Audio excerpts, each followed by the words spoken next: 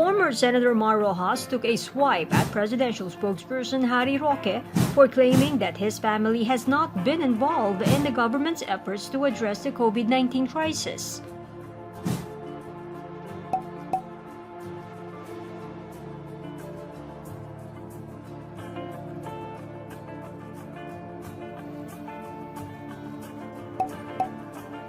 The Smart Araneta Coliseum is located in Aranetas Center, Cubao, Quezon City. The property is owned by the Araneta family that includes Judy Araneta Roxas, the mother of the former senator.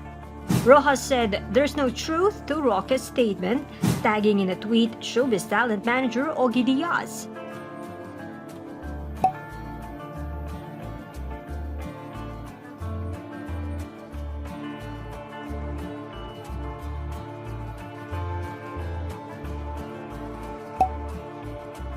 It was confirmed in the social media account of the Quezon City government.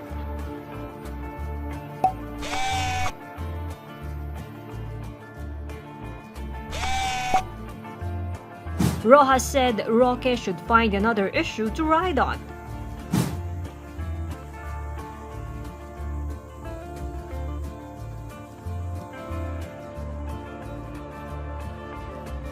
Diaz, on the other hand, replied to Roxas.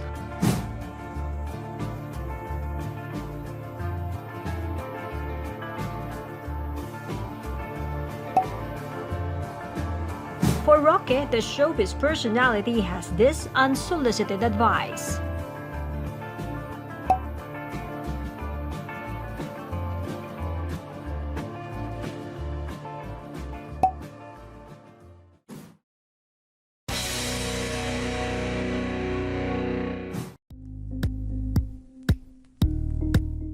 Thank you for watching Politica TV. Please like and subscribe to our channel for more videos.